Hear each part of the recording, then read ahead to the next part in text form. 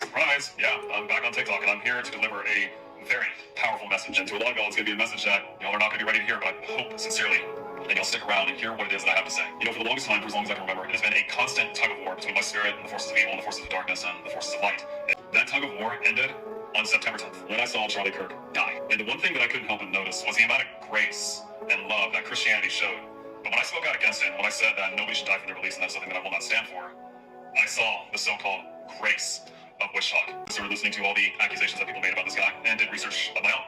And really, I could draw up absolutely zero conclusions that could validate their claim. And I think that he was a very awesome, godly husband and father. And when I saw the hate of witch talk, that's when it finally clicked at me as to what it was that I was actually a part of. And then right then and there, I was able to fully hear, comprehend, and understand the voice of the Lord. And then right after, I fully turned away from paganism and witchcraft. Well, who is not surprised?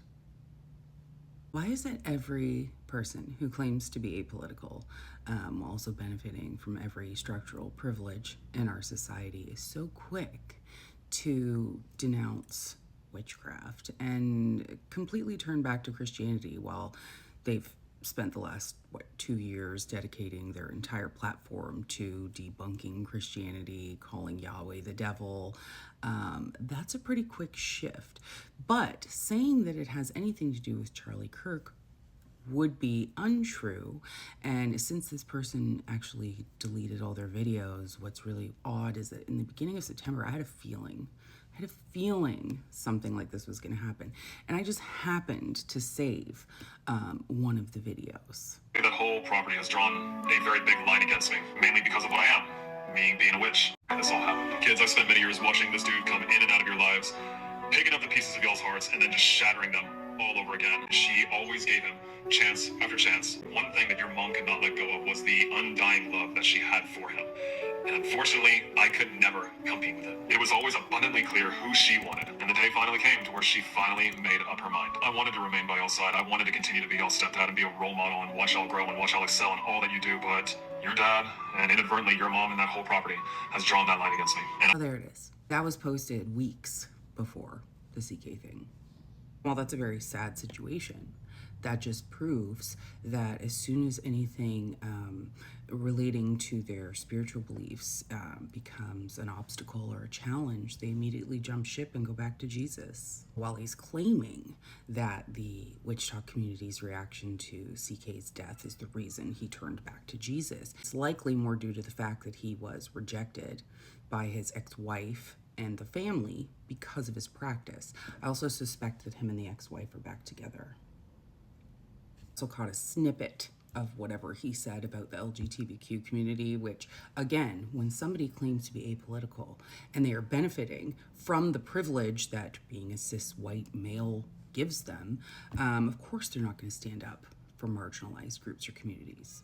Run from the craft because of CK's death and because of the witch talk community's reaction to it. He ran because being a witch is hard and being political is hard, and he couldn't do either. And of course, as weak people do, he changes his name from YourBenevolentWitch to Thrones of Divinity, completely rebranded himself, and then threw witch talk under the bus. Named us for his dark night of the soul, and then claims Charlie Kirk is the reason. He didn't find Christ. He just found an easier way. Also, he claims that witchcraft took away from his music and cost him a ton of money. It only costs you a ton of money if you're cosplaying, which he absolutely was. Spirituality does not have a price tag unless you're a Christian. 10%, exactly. The witches, I'm just going to give you this gentle warning to be very cautious in our community when you see a person who benefits from all the privilege, who is deconstructing. I'm not saying all, but be very wary of some, especially those who go incredibly hard against the religion that they used to belong to, because there is so much connection still there that it is so easy for them to jump back. They're not safe people. They will not protect you. They will throw you under the bus the moment that they are threatened. He says he saw the grace of TikTok. We don't need grace. We have never claimed to have grace. We have justice and we have truth, and we are not community theater. You can't just go and buy yourself into being a witch on Etsy. Don't get me wrong, people change, people grow, people can go back to Christianity without being total jerks about it. When they do it like that, with all the sanctimony and the judgment and the blame, he's not involving spiritually, he's just deflecting what's inconvenient. That's all I have to say about that.